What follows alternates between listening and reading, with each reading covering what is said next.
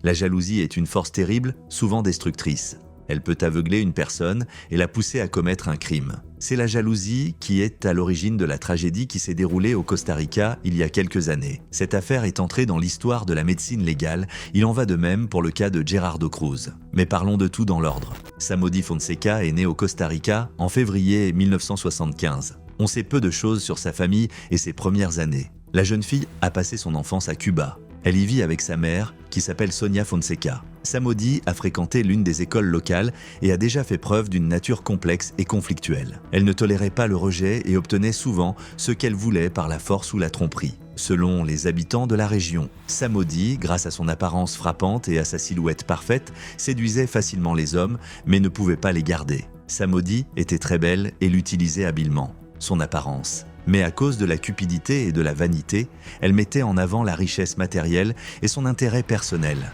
Elle plaçait la richesse matérielle et l'intérêt personnel au-dessus de tout. Cela ne faisait qu'effrayer les hommes après une courte relation. De plus, dans sa jeunesse, elle était incroyablement jalouse et agressive. Samody Fonseca, grâce à son apparence de poupée, a travaillé comme Barbie pendant plusieurs années. Dans l'une des grandes librairies d'Universal, c'est à ce moment-là que la jeune fille a reçu un surnom aussi flatteur. Ce surnom lui collera à la peau pour le reste de sa vie. Peu après avoir terminé ses études, Samody a entamé une liaison avec un journaliste à succès qui travaillait pour la télévision locale. Cet homme s'appelait Oswaldo Fernando Baleri. Il avait 16 ans de plus qu'elle. Ce fut la relation la plus longue et la plus sérieuse de Samody. Cependant, l'homme qu'elle avait choisi ne l'a jamais demandé en mariage. En 1996, le couple a eu un fils, Christopher. Un an plus tard, leur fille Christina est née. Mais à cause de scandales constants et de crises de jalousie, Samody a quitté la jeune femme. En 2012, Oswaldo, 53 ans, est mort subitement. Oswaldo, 53 ans, est mort subitement. Et il s'est avéré qu'il n'avait pas inclus son ancienne amante dans son testament. La jeune femme n'a pas l'intention de se laisser faire. Elle a décidé de prendre les choses en main. Elle s'est rendue au domicile de son ancien amant et s'en est emparée, changeant les serrures pour que les parents et les héritiers du défunt ne puissent pas y pénétrer. En outre, Samody s'est emparé d'objets de valeur appartenant au défunt. Les membres de la famille Baleri ont été très indignés. Ils ont immédiatement saisi la justice pour punir Samody de ce vol. La police a forcé la jeune femme à quitter la maison, mais aucune procédure pénale n'a jamais été engagée contre elle. Fonseca a eu de nombreuses autres liaisons, dont une avec un certain Miguel Angel Pérez, dont elle a eu son troisième enfant, une fille prénommée Maria. Selon certains rapports, cette relation a été officiellement enregistrée,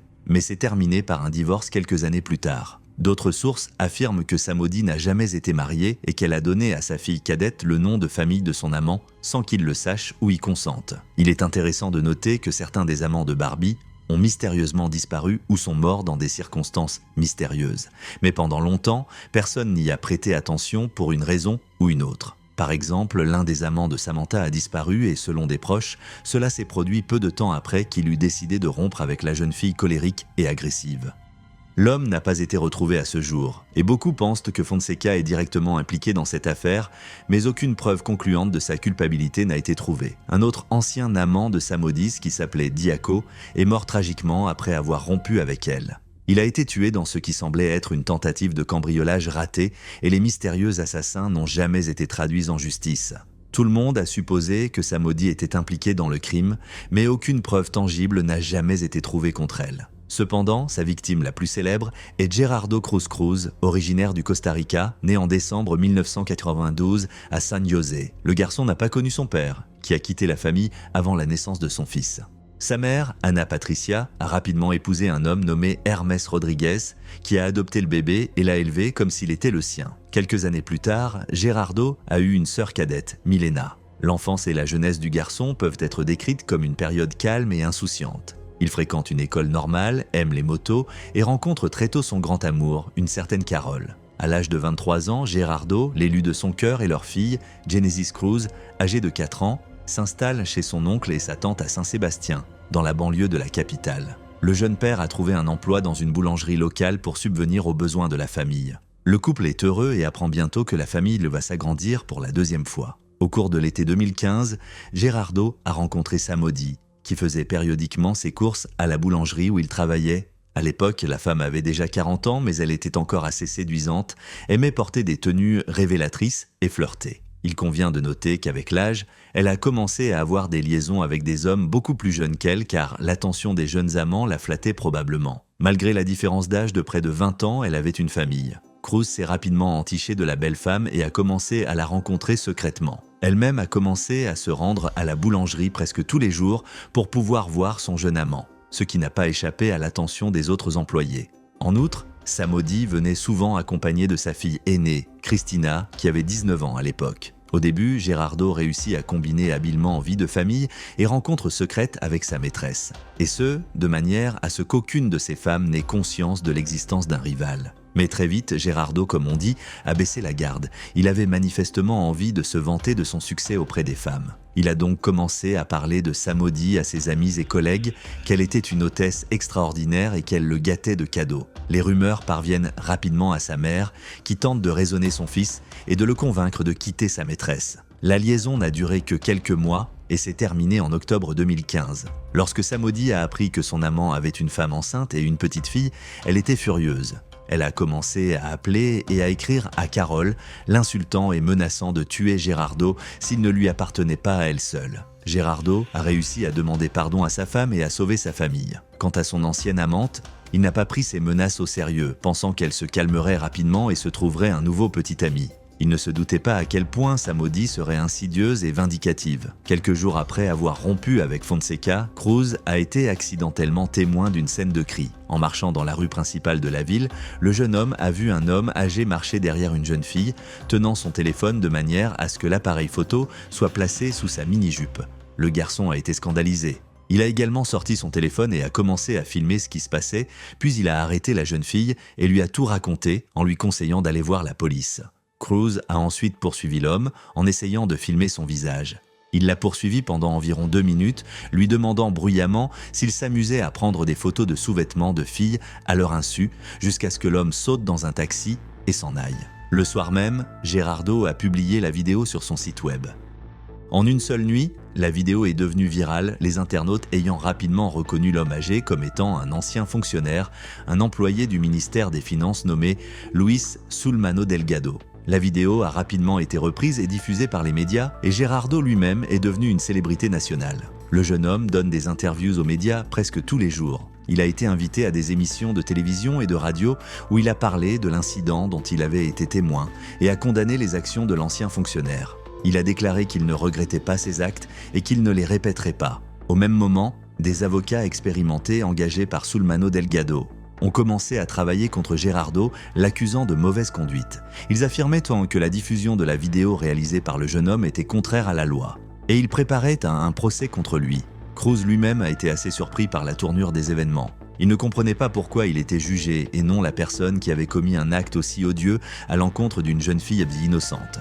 Gerardo a donné sa dernière interview le 7 octobre. C'était sur les ondes d'une station de radio locale. Il était convaincu de son innocence et pensait qu'il n'avait rien à craindre. Le lendemain, Gerardo a donné rendez-vous à son ami Oswald après le travail. Mais ce dernier annule soudainement le rendez-vous, invoquant une urgence soudaine comme cela s'est avéré plus tard. Le même jour, il reçoit un message de Samody. La jeune femme l'incite à venir au parc le soir. Il devait y subir un nouvel interrogatoire. Gerardo ne se doutait de rien, il a simplement cru son ancienne amante. À la fin de son service, il s'est rendu à l'endroit convenu. Mais ce ne sont pas des journalistes qui l'y attendent, ce sont 2 inconnus qui ont pris son sac, l'ont battu et l'ont poignardé à plusieurs reprises dans la poitrine et l'estomac. Puis ils se sont enfuis. Avant de perdre connaissance, le blessé a réussi à appeler son ami et à lui raconter ce qui s'était passé. Ce dernier a immédiatement appelé la police et les secours. Grâce à son intervention rapide, Gerardo a pu être transporté à l'hôpital. Les médecins ont lutté pour sa survie pendant 42 jours. Pendant cette période, Gerardo a subi des dizaines d'opérations.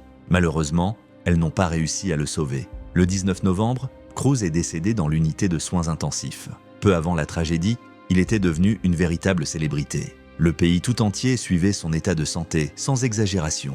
Les proches de Gerardo donnaient des interviews de temps en temps. Ils y demandaient à tous ceux qui le souhaitaient de prier pour son rétablissement. Ils ne comprenaient pas qui avait pu faire cela à Gerardo et pourquoi. De nombreuses personnes ont assisté aux funérailles pour exprimer leurs condoléances à la famille. Tout le monde a également exprimé l'espoir que la police se mette rapidement sur la piste des assassins et qu'ils soient punis équitablement. Au départ, il y a eu plusieurs versions du crime. La première était qu'il s'agissait d'un meurtre avec l'intention de commettre un vol. En effet, Gerardo a été attaqué dans le parc le soir. On lui a pris son sac et on l'a poignardé, de sorte qu'il s'agissait d'un simple voleur. Cependant, quelques jours auparavant, Cruz avait publié une vidéo sensationnelle. Des documents compromettants sur un ancien fonctionnaire bien connu.